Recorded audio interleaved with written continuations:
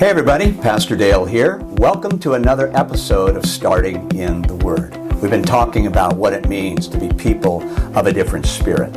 And we said that people of a different spirit are willing to overcome any obstacle in order to obtain every opportunity. People of a different spirit are willing to pay any price in order to possess every promise. You know, the 10 spies that went into the land with Joshua and Caleb were worried about what they possessed. Joshua and Caleb were consumed with possessing what had been promised by God, and no price was too great to pay to possess it. If you want to be a person of a different spirit, you cannot cling to what you possess. You must, if you will, become consumed with possessing all that God has promised.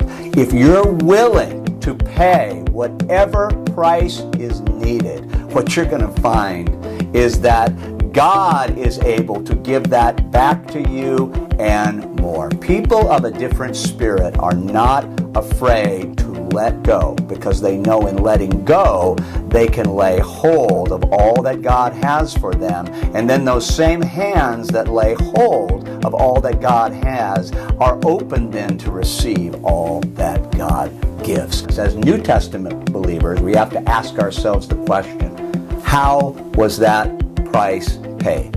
Well, that price was paid with the cross of Christ.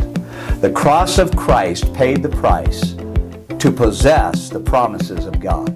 And as you and I have chosen to open our hearts, empty our hands, take up the cross, and follow our Lord, we are moving into an ever unfolding day that leads us into greater and greater measures of God's promise that comes by Jesus having paid it all through his cross. You and I can lay it all down because Jesus has already laid it all down and he has picked it all up. And now he is seated at the right hand of God the Father in majesty, ever living to make intercession for us, ever living to see to it that we have everything that we need in order to be able to embrace the will of God, to engage the enemy of God, and to inherit the promises of God. You know, as a pastor, I love all of God's people.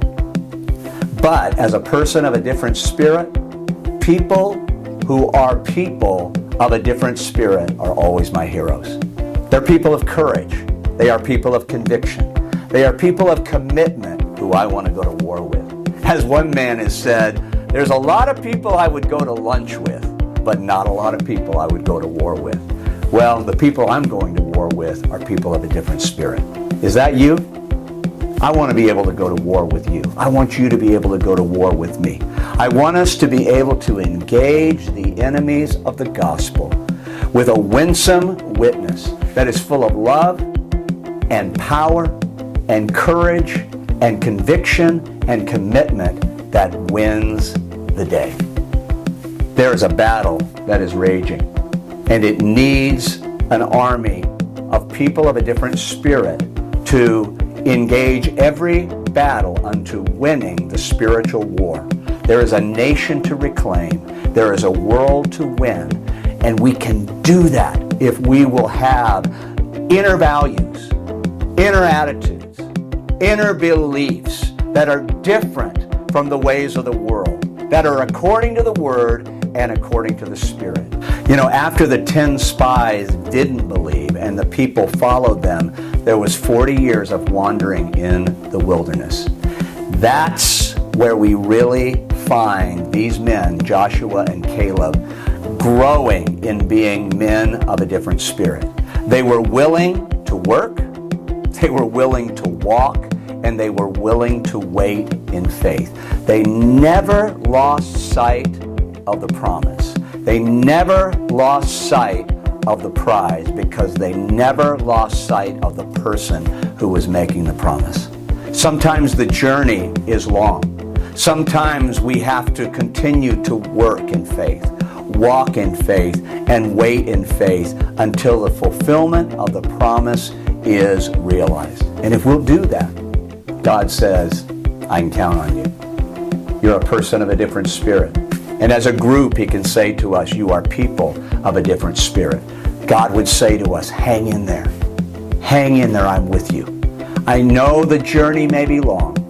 I know that it may take more time than you first thought, but I want to tell you, I'm with you every step of the way. I'm with you with every task. I'm with you every step. And I am with you as you wait in faith for the fulfillment of what I have promised. It's coming, my friend. Don't doubt. Believe and obey. Give and serve. It's coming, and you will inherit it. Remember, when you start in the Word, you step on the path that leads to transformational truth.